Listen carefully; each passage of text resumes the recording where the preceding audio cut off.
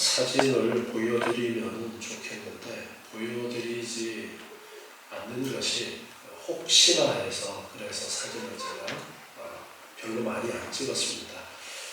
종교의 자유가 없는 지역에서는 사진 하나 찍는 것도 조심스러워서 그래서 선교 활동하는 그런 모습들은 사진을 많이 찍지 않았습니다. 그래서 우리 성도님들도 그렇게 이해를 좀 해주시기를 부탁드리겠습니다. 오늘 말씀으로 함께 은혜 나누겠습니다. 모세에 대해서 두 번째 말씀을 배우게 되는데요. 하나님께서 이스라엘 백성들을 구원하시는 그 큰 계획 가운데 아브라함에게 약속을 하신 대로 애굽에 내려가서 4대 만에 400년 후에 애굽에서 나오게 될 것이고 하나님께서 약속하신 그 가나안 땅에 들어가게 될 것이다 라는 그 말씀을 이루시기 위해서 하나님께서는 모세라는 인물을 예비하셨고 그 모세라는 인물을 하나님께서 직접 찾아가셔서 그를 하나님의 백성들을 가나안 땅으로 이끌어내는 그러한 일을 맡기시는 그 모습을 지난주에 우리가 배웠습니다. 오늘은 이제 모세가 그 하나님의 명을 따라서 애굽에 가서 바로 왕에게 이스라엘 백성들이 약속의 땅으로 갈 수 있도록 그렇게 하나님의 명을 전하는 그 과정 속에서 하나님께서 내리신 10가지 재앙에 대한 그러한 내용들을 함께 배우도록 하겠습니다. 오늘 7장 1절 말씀에 보면은 하나님께서 모세에게 말씀하시는데요. 내가 너로 바로에게 신이 되게 하고 내 형 아론은 내 대언자가 될 것이다. 모세를 신과 같이 하나님께서 그렇게 하시겠다라는 말씀입니다. 그리고 3절에 보면 내가 바로의 마음을 강팍해 하고 나의 표징과 나의 이적을 애굽 땅에 많이 행하겠다. 하나님께서 바로의 마음을 강팍해 하시고 많은 이적을 행하시겠다. 그러나 바로가 너희의 말을 듣지 않게 되어지고 여러 재앙을 내리고 난 이후에 내 백성, 내 군대 이스라엘 자손을 그 땅에서 인도하여 내겠다라고 그렇게 말씀하십니다. 하나님께서 그렇게 여러 가지 재앙을 그들에게 내리시고 그들을 이끌어 낼 때에 그들이 하나님을 여호와인 줄 알게 될 것이다 라고 그렇게 말씀하시면서 이제 모세와 아론을 보내게 되고 모세와 아론은 그 하나님의 명을 따라 이제 바로 왕에게 나아가게 됩니다. 바로 왕 앞에 나아간 모세는 이제 지팡이로 뱀이 되게 하는 그런 이적을 그 앞에서 보이게 됩니다. 그런데 바로도 술사들을 불러서 애굽의 술객들도 역시 지팡이를 던져서 뱀이 되는 그런 기적을 하는 모습을 봅니다. 그런데 여러분 마술은 지팡이가 뱀이 되게 하는 마술을 하면은 그게 진짜 지팡이가 뱀이 되는 거예요? 그것이 아니라 눈속임이죠.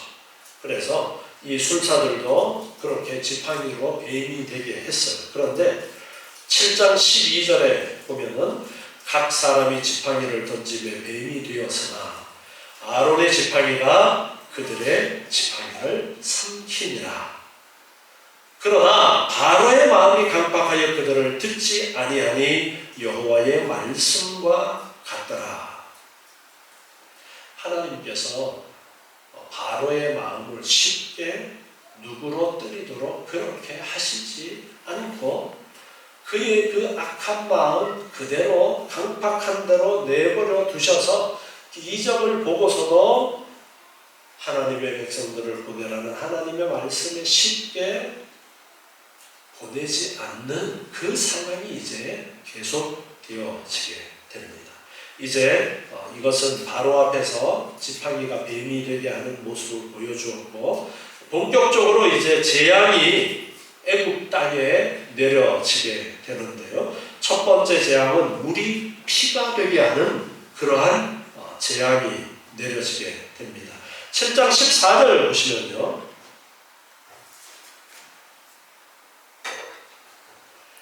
바로의 마음이 완강하여 백성 보내기를 거절하는도다. 아침에 너는 바로에게로 가라.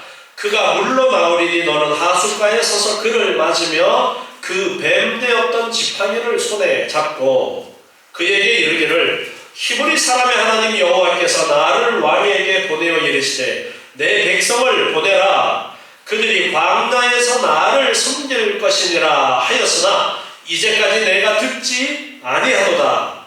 여호와가 이같이 이르노니 내가 이로 인하여 나를 여호와인 줄 알리라 하셨느니라. 볼지어다 내가 내 손에 지팡이로 하수를 치면 그것이 피로 변하고 하수에 고기가 죽고 그 물에서는 악취가 나리니 애굽 사람들이 그 물 마시기를 싫어하리라. 그렇게 이야기를 해라. 하나님이 모세에게 말씀하셨습니다. 물이 다 피로 변하게 될 것이다 라는 그 말씀을 하라고 하시면서 19절에 보니까 아론에게 명합니다. 내 지팡이를 잡고 내 팔을 애굽의 물들과 하수들과 운하와 못과 모든 호수 위에 펴라 하라. 그것들이 피가 되리니 애굽 온 땅에 나무 그릇에와 돌 그릇에 모두 피가 있으리라. 모세와 아론이 여호와의 명하신 대로 행하여 바로와 그 신하의 목전에서 지팡이를 들어 하수를 치니 그 물이 다 피로 변하고 하수에 고기가 죽고 그 물에서는 악취가 나니 애굽 사람들이 하수물을 마시지 못하며 애굽 온 땅에는 피가 있었더라. 그런데 애굽 술객들도 자기 술법으로 그와 같이 행함으로 바로의 마음이 강팍하여 그들을 듣지 아니하니 여호와의 말씀과 같더라. 애굽의 술사들도 물그릇을 피가 되도록 그렇게 마술을 하는 걸 보고서 바로의 마음이 강팍한 그대로 있었다라는 것입니다. 모든 물을 다 피가 되도록 하나님께서 그렇게 하셨는데도 바로는 마음을 돌이키지 않습니다. 자, 이 출애굽기를 모세가 하나님께서 기록하도록 하셨어요. 그런데 모세가 이 출애굽기를 기록하는 가운데 특별히 계속해서 여호와의 말씀과 같았더라. 바로의 마음이 강팍해질 것이다. 말씀하셨던 대로 그대로 하나님의 재앙이 내렸는데도 바로의 마음이 하나님께서 말씀하신 대로 강팍했더라라는 이 기록이 계속해서 지금 이제 나온 거예요. 왜 하나님께서는 이 기록을 특별히 반복해서 재앙을 내리시고 반복해서 이 말씀을 기록하도록 하셨을까?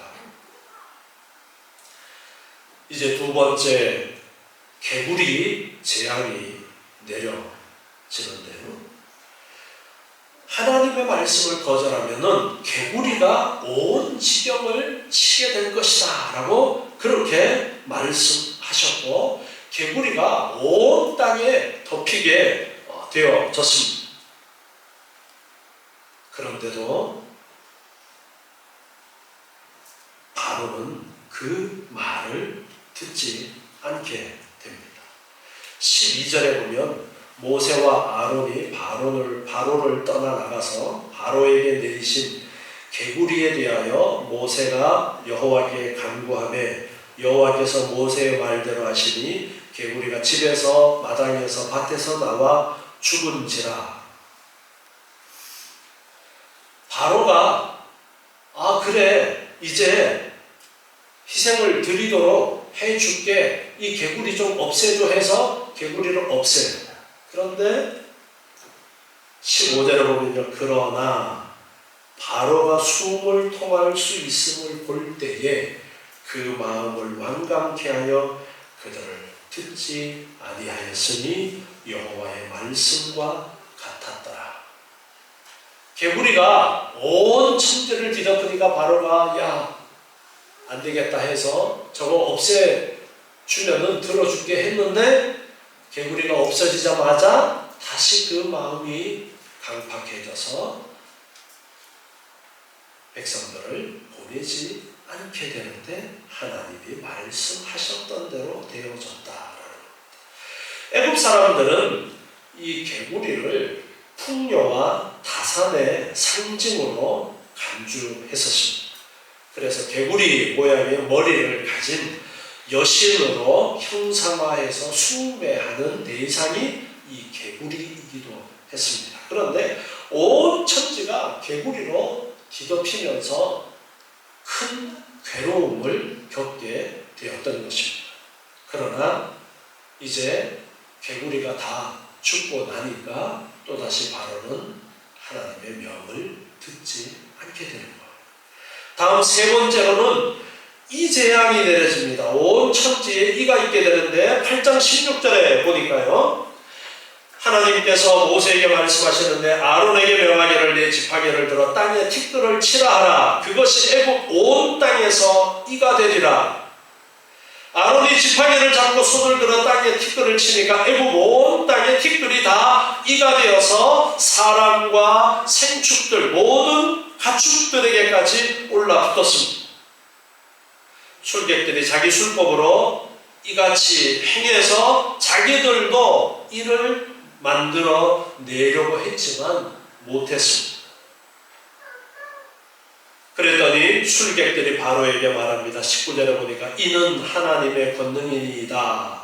그렇게 말하지만 바로의 마음이 강팍해 되어서 그들을 듣지 아니하였으니 여호와의 말씀과 같았더라. 여기에 이로 번역된 이 단어는 이로 보기보다는 모기의 한 종류로 보는 것이 더 적합하다라고 그렇게 보여집니다.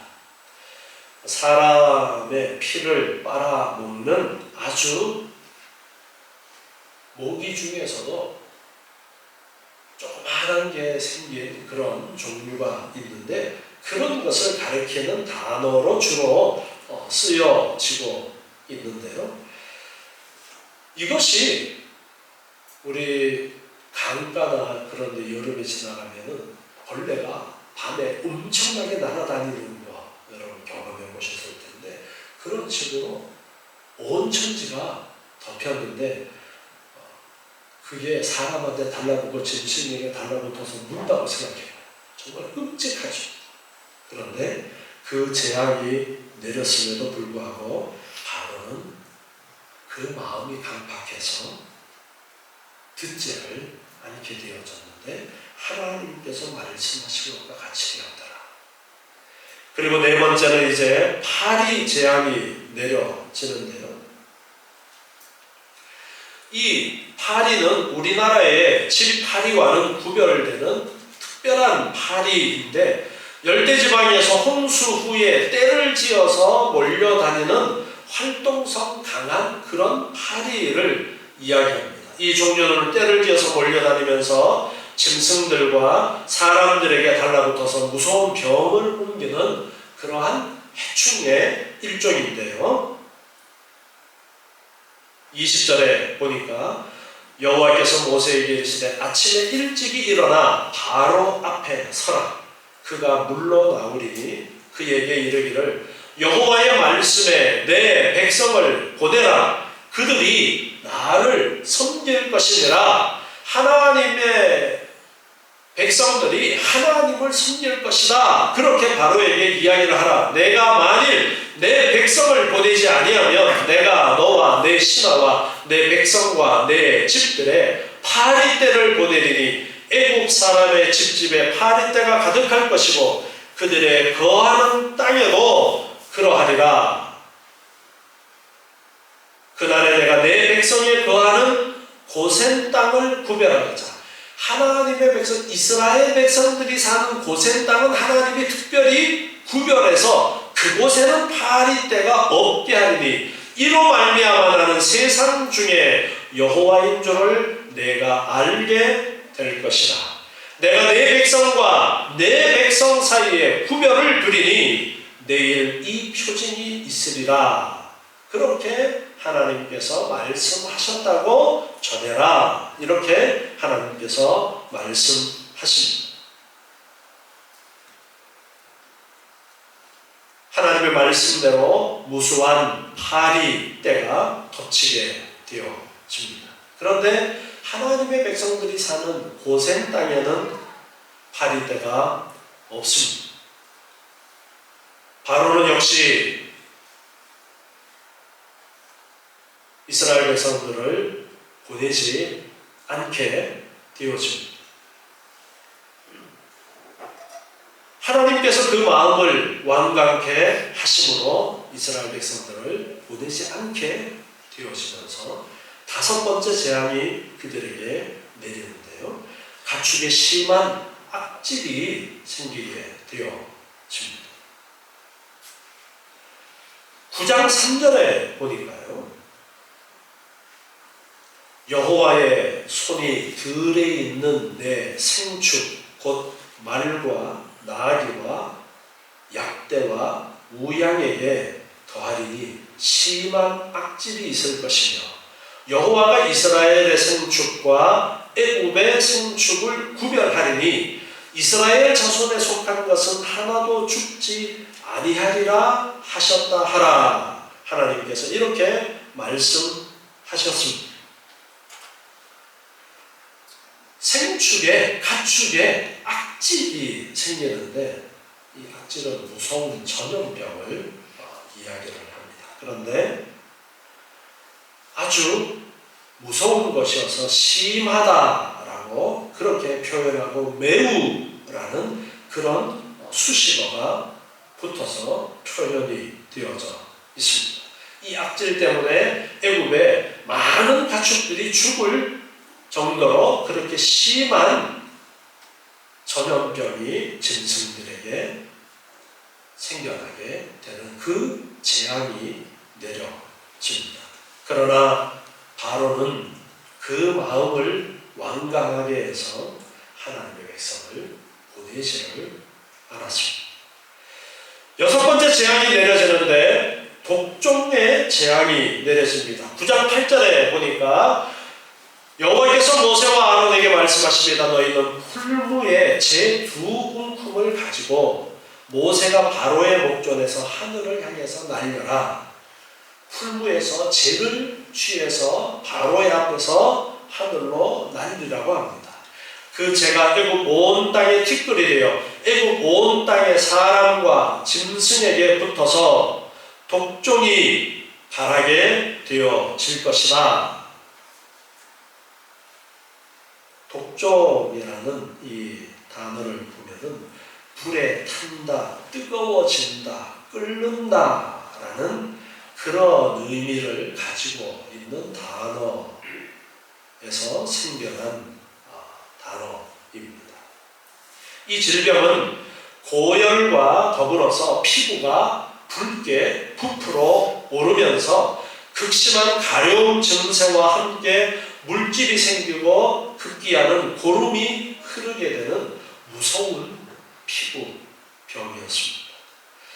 욥기에 보면은 욥이 피부병을 앓았던 것을 보는데 그 욥이 앓았던 피부병을 연상케 하는 것이 바로 이 독종이라는 것을 통해서 생겨나는 그 질병인데요. 사람들이 이 독종으로 인해서 심한 피부병을 앓게 될 것을 말씀하셨고 그 말씀대로 독종이 생겨나서 엄청난 고통을 애굽 사람들이 겪게 되어집니다. 그렇지만 바로는 역시 그 마음을 강팍해 하게 되어집니다. 9장 12절에 보니까 여호와께서 바로의 마음을 강팍해 하셨으므로 그들을 듣지 아니하였으니 여호와께서 모세에게 말씀하심과 같았더라. 이어서 이제 7번째 재앙인 우박이 쏟아지는 재앙이 이들에게 내리게 되었습니다. 14절에 9장 14절에 보니까요, 내가 이번에는 모든 재앙을 내 마음과 내 신하와 내 백성에게 내려 너로 온 천하에 나와 같은 자가 없음을 알게 하리라. 내가 손을 펴서 온역으로 너와 내 백성을 쳤다면 내가 세상에서 끊어졌을 것이나 온역으로 쳤더라면 모든 애굽 사람들이 다 죽었겠지만 내가 너를 세웠음은 나의 능력을 내게 보이고 내 이름이 온 천하에 전파되게 하려 하였음이니라. 내가 너를 세웠음은 바로 왕을 향해서 말씀하시는 거예요. 내가 바로 너를 왕으로 세운 것은 나의 능력을 너에게 보이고 내 이름이, 하나님의 이름이 온 천하에 전파되게 하려고 했다라고 말씀하십니다. 하나님께서 이 당시에 이 사람을 택해서 애굽의 왕 바로의 자리에 있게 하시고 그가 그 마음이 강팍해 되어져서 하나님의 백성들을 보내지 않게 되어지는 이 모든 상황들 가운데는 하나님의 구원에 대한 놀라운 계획이 있었다라는 것입니다. 하나님의 능력을 보이고 하나님의 그 이름을 온 천하에 전파되도록 하기 위해서 하나님께서 그렇게 하신다라는 것을 말씀하십니다. 애굽은 당시에 아주 강대한 그러한 나라였습니다. 애굽에서 일어나는 일들은 주변 나라들로 쉽게 소문이 퍼져 나갑니다. 여러분이 세계 지도를 보시면 애굽, 지금의 이집트를 중심으로 지중해가 있고 그 지중해를 중심으로 당시에는 배가 가장 빠른 교통수단이었는데 배를 통해서 이웃 나라들로 왕래하면서 소식이 전해지고 여러 가지 문물들이 오가게 되어지고 육로를 통해서도 이스라엘 땅과 그 위쪽에 있는 아수르나 그 뒤에 생겨나게 되는 바벨론이나 그런 지역에 서로 소식이 왕래되어지는 그런 상황이었기 때문에 애굽에 일어나는 엄청난 이런 일들은 금방 소문이 퍼지게 되어 있는데 하나님께서는 그렇게 하나님의 이름을 온 천하에 전파되도록 하시기 위해서 이 바로를 세웠다라고 말씀하십니다. 17절에 보니까 내가 여전히 내 백성 앞에 자고하고 그들을 보내지 아니하느냐. 내일 이맘때면 내가 중한 우박을 내리겠다. 엄청난 우박을 내리겠다라고 말씀하십니다. 이 말씀대로 우박이 떨어지는데 우박이 여러분 콩알만한 우박이 떨어져도 그 우박에 맞으면 엄청 아픕니다. 그런데 우박이 큰 것은 요즘도 주먹만한 우박이 떨어졌다는 뉴스를 가끔씩 보셨을 거예요. 주먹만한 우박이 떨어지면 어떻게 되어지느냐? 사람이나 짐승이 맞으면 죽어요. 위에서 높은 곳에서 저 하늘 높은 곳에서 구름 속에서 그 우박이 떨어지는 것이기 때문에 그 파괴력은 엄청납니다. 그런데 우리 머리통만한 우박이 떨어졌다고 여러분은 생각해보세요. 그냥 맞으면 즉사합니다. 그런데 중한 우박이 떨어졌다. 엄청 무거운 그런 큰 우박이 내리도록 하나님께서 그렇게 하시겠다라고 말씀하셨습니다. 19절에 보니까 이제 보내어 내 생축과 내 들에 있는 것을 다 모으라. 사람이나 짐승이나 모두 들에 있어서 집에 돌아오지 않은 자에게는 우박이 그 위에 내리리니 그것들이 죽으리라. 들에 있으면 우박 떨어져서 다 죽을 거니까 피신시켜라. 이 말씀을 듣고 짐승들과 종들을 피신시킨 사람들은 피해를 입지 않았는데 뭐 그런 일이 있겠어 하면서 듣지 않았던 사람들은 짐승들도 죽고 종들도 죽고 사람들도 다 들에서 우박에 맞아 죽게 되어지고 식물들도 엄청난 피해를 입게 되었던 것입니다. 24절에 보니까요. 9장 24절에 우박의 내림과 불덩이가 우박에 섞여 내림이 심히 맹렬하니 애굽 전국에 그 개국 이래로 그 같은 것이 없던 것이다. 우박만 내린 것이 아니라 불덩이도 함께 내렸다 말씀하십니다. 엄청난 피해가 일어날 수밖에 없는 그런 상황이었던 것입니다. 9장 26절에 보면요, 이스라엘 자손에 거한 고센 땅에는 우박이 없었더라. 하나님의 백성이 사는 고센 땅에는 우박이 내리지 않았어요. 바로가 사람을 보내어 모세와 아론을 부릅니다. 27절에 보니까 이번은 내가 범죄하였노라. 여호와는 의로우시고 나와 나의 백성은 약하도다. 여호와께 구하여 이 뇌성과 우박을 그만 그치게 하라. 내가 너희를 보내리니 너희가 다시는 머물지 아니하리라.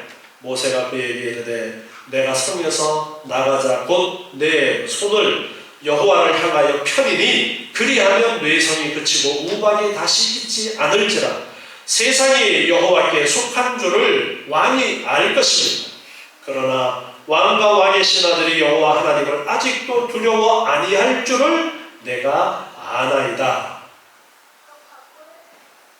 34절에 보니까요, 바로가 비와 우박과 내성에 그친 것을 볼 때에 다시 범죄하여 마음을 완강케 하니 그와 그 신하가 일반이라. 역시 우박의 재앙이 내렸을 때에도 야 내가 잘못했어 말했지만 우박이 그치니까 또다시 그 마음이 완악해졌습니다. 다음으로 8번째 메뚜기 재앙이 내리게 됩니다. 10장 1절에 보면요, 출애굽기 10장 1절에서 여호와께서 모세에게 이르시되 바로에게로 들어가라. 내가 그의 마음과 그 신하들의 마음을 완강케 하면 나의 표징을 그들 중에 보이기 위함이며, 하나님께서 바로의 마음을 완악하게 하신 이유는 하나님의 표징을 그들 중에 보이기 위해서다. 하나님의 표징을 보여주시기 위해서다. 너로 내가 애굽에서 행한 일들, 곧 내가 그 가운데서 행한 표징을 내 아들과 내 자손의 귀에 전하게 하려 함이라. 너희가 나를 여호와인 줄 알리라. 하나님께서 왜 재앙을 내리시느냐? 하나님의 그 이름을 세계에 드러내시는 것은 물론이지만 하나님의 백성들을 향한 하나님의 뜻하신 바가 있다라는 것을 말씀하십니다. 내 아들과 내 자손의 귀에 이것이 전해지도록 하기 위해서다. 모세를 통해서 이 출애굽기를 기록하게 하셨고, 이 사건이 오늘 우리에게까지 전해지도록 하셨고, 우리는 이 말씀을 오늘 보게 됩니다. 이 말씀을 보면서 우리가 깨달아야 되는 것은 하나님이 어떤 분이신가를 간접적으로 체험하게 되는 것입니다. 그것을 위해서 하나님께서는 애굽의 이 엄청난 일들을 이루신다 라고 말씀하고 계십니다. 우리는 성경을 읽으면서 그 안에서 하나님을 알아야 되는 것입니다. 하나님이 어떤 분이십니까? 하나님은 살아계시고 역사하시는 분이시다. 그것을 이러한 일들을 통해서 배우라는 거예요. 야, 하나님이 이적을 행하셔서 우리에게도 이적을 행해 주시면 좋겠다. 직접 하나님이 나의 삶에 이적을 행하신 그 체험을 해서 체험하는 것이 좋을 수도 있겠지만, 그런데 그러한 것은 사탄이 우리에게 행하면서 우리를 미혹할 수도 있는 그런 부분들이 있습니다. 그래서 성경을 통해서 하나님께서는 기록해서 우리에게 전해주도록 하시는 거예요. 하나님의 그 역사를. 우박이 떨어져서 모든 들의 곡식들이 다 죽고 피해를 입었는데 조금 지나고 나서 메뚜기 떼가 이제 생겨나면서 그 뒤에 싹이 도달하는 것까지 다 뜯어먹게 되어집니다. 엄청난 메뚜기 떼가 몰려와서 애굽 전체를 다 덮게 되어졌습니다. 그러나 역시 바로는 하나님의 말씀에 순종하지를 않습니다. 10장 20절에 보니까 그러나 여호와께서 바로의 마음을 강팍해 하셨으므로 이스라엘 자손을 보내지 아니하였더라. 아홉 번째는 흑암의 재앙이 내리게 되는데요. 22절에 보니까 모세가 하늘을 향하여 손을 들매 캄캄한 흑암이 3일 동안 애굽 온 땅에 있어서 그동안 사람이 서로 볼 수 없으며 자기 처소에서 일어나는 자가 없으되 이스라엘 자손에 거하는 곳에는 광명이 있었더라. 3일 동안 온 세상이 캄캄하게 되어졌는데 이스라엘 백성이 사는 그곳에는 광명이 있었다. 빛이 있었다 말씀하십니다. 그러나 역시 바로는 그 마음을 강팍해 하여서 하나님의 말씀을 거역하게 됩니다.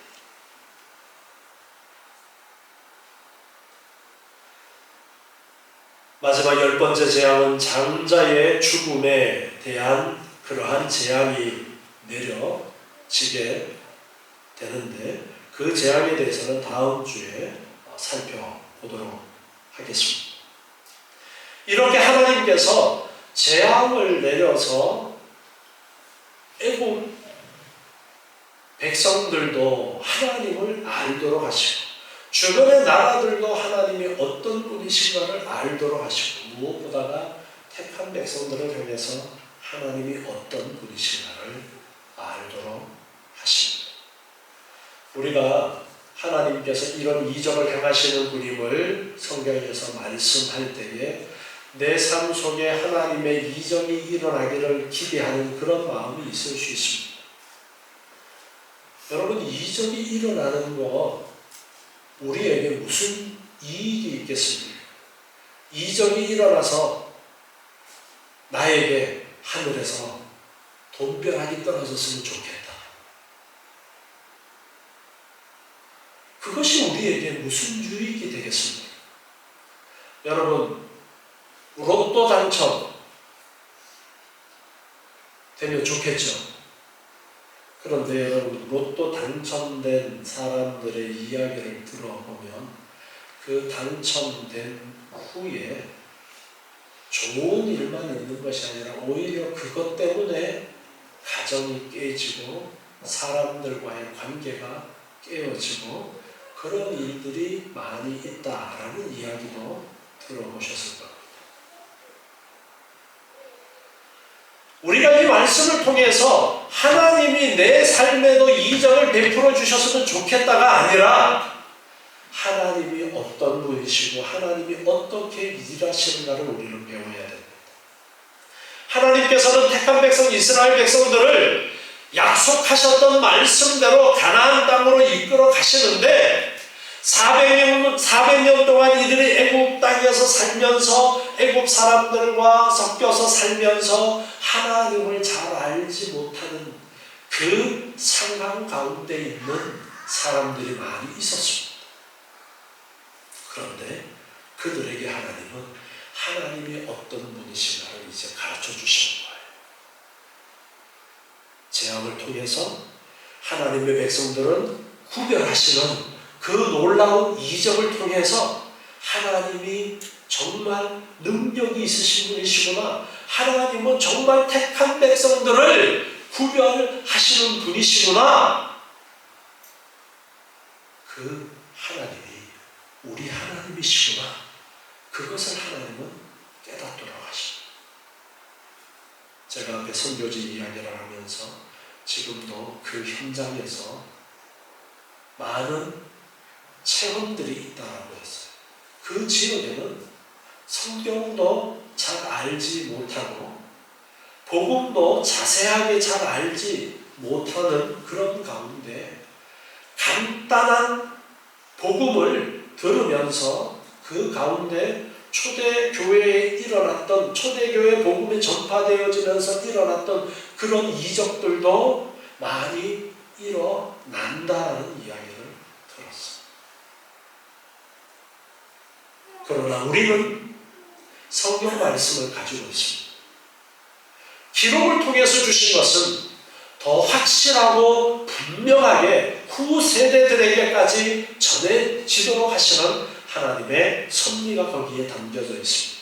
우리는 이 말씀을 보면서 야, 나에게도 이런 이적이 있었으면 좋겠다, 그것을 배우도록 하시는 것이 아니라 하나님이 어떤 분이신지 그것을 바로 알도록 하시려는 목적이에요.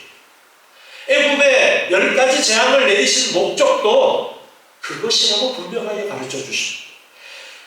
그 바로의 마음이, 애굽의 왕 바로의 마음이 강팍해져서 하나님의 백성들을 보내지 않고 10가지 재앙이 다 내려지기까지 그 과정이 있게 되어지는 것도 하나님이 어떤 분이신가를 바로 드러내도록 하셔서 우리에게 하나님이 어떤 분인지를 가르쳐 주십니다. 오늘 말씀을 통해서 우리는 하나님이 능력이 있으신 전능하신 하나님이시고 온 우주 만물의 주인 되신 하나님이어서 세상을 이리저리 하나님의 뜻대로 움직이신다라는 것을 우리는 깨닫게 됩니다. 그러면서 그 하나님이 나를 택하셨고 나를 사랑하시고 나를 구속의 은혜 가운데로 이끄셨음을 깨닫고 그 하나님을 올바로 붙들고 믿고 의지하고 살아가시는 여러분 되시기 바랍니다. 기도하겠습니다. 하나님 감사합니다. 오늘 주시는 말씀을 통해서 하나님이 어떤 분이신가를 다시 한번 깨닫게 하시고 더욱더 하나님의 놀라우신 은혜 가운데 있음을 감사하며 하나님의 택하심의 은혜를 알고 영광을 돌립니다. 아버지 하나님, 저희의 삶 속에 역사하시는 하나님의 손길을 날마다 체험하며 더욱더 감사와 기쁨이 넘치는 삶이 되게 하시고 아버지 하나님의 백성으로서 온전히 하나님만 바라보고 하나님만을 의지하는 저희의 삶이 되게 하여 주시옵소서. 예수님의 이름으로 기도드리옵나이다. 아멘.